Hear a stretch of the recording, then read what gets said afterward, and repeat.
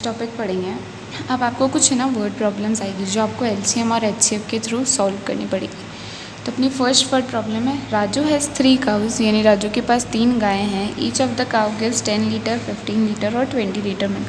यानी वो तीनों गायें, एक गाय उसमें से 10 लीटर दूध देती है, दूसरी 15 and third 20 litre respectively per day, एक दिन में।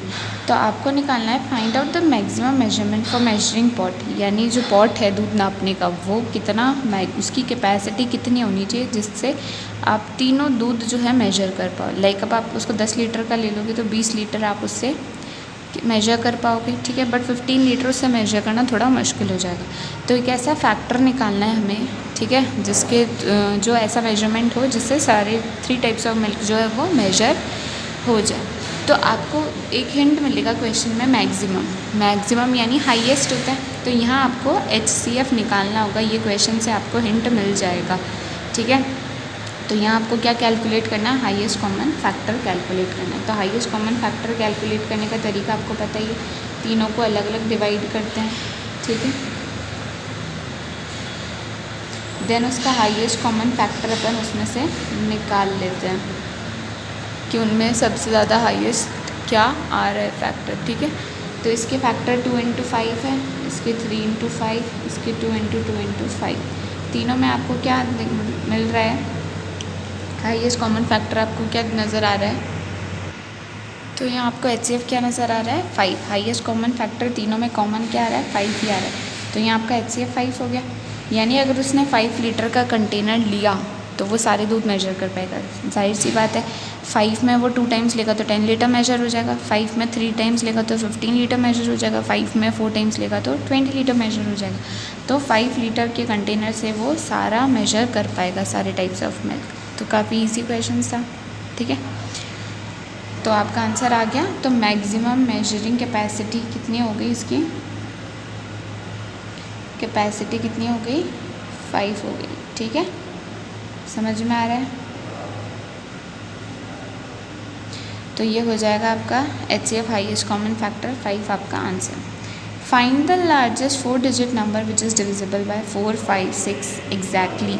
ऐसा लार्जेस्ट 4 डिजिट नंबर निकालना है जो इन तीनों से एग्जैक्टली डिवाइड हो जाए। इन तीनों से डिवाइड होने का क्या मतलब है कि इन जैसे देखो 4 के मल्टीपल्स है, 5 के, 6 के मल्टीपल्स है, इनमें तीनों में कोई ना कोई एक कॉमन मल्टीपल आ रहा होगा, ठीक है। सबसे छोटा कॉमन मल्टीपल क्या है, 60 है। इनका LCM 60 है। कैलकुलेट कर लो, ये आपको कैलकुलेट करना पड़ेगा। तो 4, 5, 6 का LCM आप कैलकुलेट कर लो, ठीक है, डिवाइड करके, जो मेथड मैंने सिखाया था आपको उससे।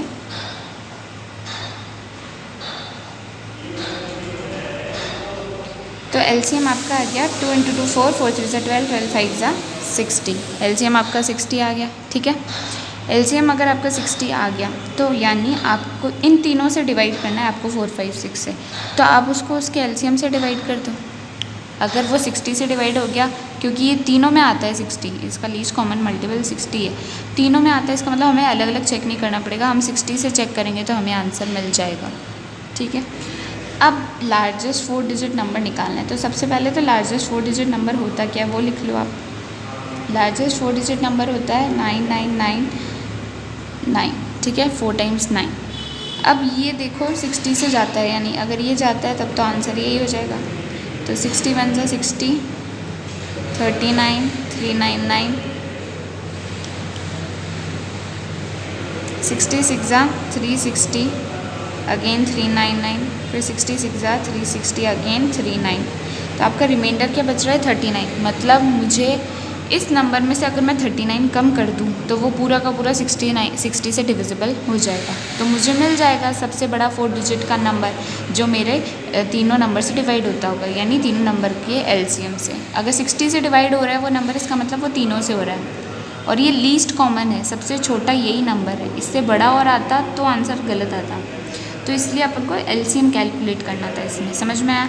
तो अब आप 999 में से 39 माइनस कर दो तो आपको वो नंबर मिल जाएगा जो आपका कम्प्लीटली 60 से डिविजिबल होगा, यानी वो 4, 5, 6 से एग्जैक्टली, यानी पूरा का पूरा डिवाइड होगा विदाउट एनी रिमाइंडर, ठीक है। समझ में आया ये क्वेश्चन। ध्यान से पढ़ना है, इससे थोड़ा सा आपको टफ लग सकता है, but if you watch it twice thrice, अगर नहीं आता है देन आप मुझसे भी पूछ सकते हो, बट प्रैक्टिस करो, उसी से आएगा। Maths is all about practice, ठीक है। अब मैं आपको एक और वर्ड प्रॉब्लम करा देती हूँ इस पर, देन आप अपनी एक्सरसाइज सॉल्व कर पाओगे। So the next word problem is 3 traffic lights at 3 different crossings. यानी आपने ट्रैफिक लाइट्स देखी होगी, अपनी सिटी में ट्रैफिक लाइट्स हैं, तो वो 3 जगह लगी, चौराहे पे है अगर, तो वो चारों तरफ लगी होती है ना, ताकि चारों तरफ वाले लोग देख सकें। तो ट्रैफिक लाइट है एक जगह पे जहाँ पे 3 ट्रैफिक लाइट है, यानी वो चौराहा नहीं है, वो 3 रास्ते वाला ये पाथ है। तो वहाँ 3 ट्रैफिक लाइट्स लगी है, एक जलती है 12 सेकेंड बाद, दूसरी जलती है 18 सेकेंड बाद, और तीसरी जलती है 30 सेकेंड्स बाद, ठीक है। They all change continuously at 10 AM। वो सारी की सारी एक समय पे कब जलती है, तीनों की तीनों 10 बजे, ठीक है। तो अब क्वेश्चन पूछ रहा है after how much time they will again change simultaneously. Simultaneously मतलब एक साथ, तो कितने टाइम बाद ये सारी की सारी दोबारा एक साथ जलेगी, ठीक है, वो टाइम बताना है अपन को।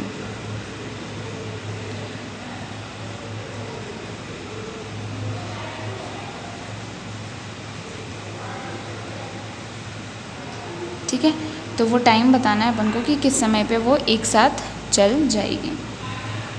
ओके, तो अभी तो 10 बजे चल रही है, अब अपन को निकालना क्या है इसमें। सबसे पहली बात, अगर अपन को टाइम पूछा है तो 10 बजे के बाद एक तो मान लो अगर वो 10:15 पे चलती है, एक 10:30 पे चलती है, तो अपन 10:15 वाला बताएंगे ना टाइम, क्योंकि अपने को सबसे लीस्ट टाइम जो पास में आएगा वो बताना है, 10:30 वाला अपन को नहीं बताना है। तो इसमें आपको क्या फीलिंग आ रही है कि लीस्ट, हमें कुछ लीस्ट चीज़ निकालनी है, यानी जो सबसे जल्दी हो जाएगी। तो यहाँ पे आपको क्या कैलकुलेट करना है, LCM, ठीक है। देखो 12 सेकेंड पे कोई लाइट जलती है, फिर वो 24 पे चलेगी, फिर वो 36 पे चलेगी, फिर वो 48 पे, इस तरह से 18 वाली 36 पे चलेगी, ठीक है, फिर 54 पे चलेगी, ऐसे करके इनमें एक नंबर जाके आगे कुछ कॉमन आएगा तीनों में, ठीक है, जिस पे क्या होगा, वो लाइट एक साथ तभी चलेगी ना जो इसका लीस्ट कॉमन, तो उसे ही हम कॉमन मल्टीपल, उसे ही हम LCM कहेंगे, जो लीस्ट आ जाएगा, ठीक है। तो यहाँ पे हमें सीधा सीधा LCM कैलकुलेट करना है, कर लीजिए LCM कैलकुलेट।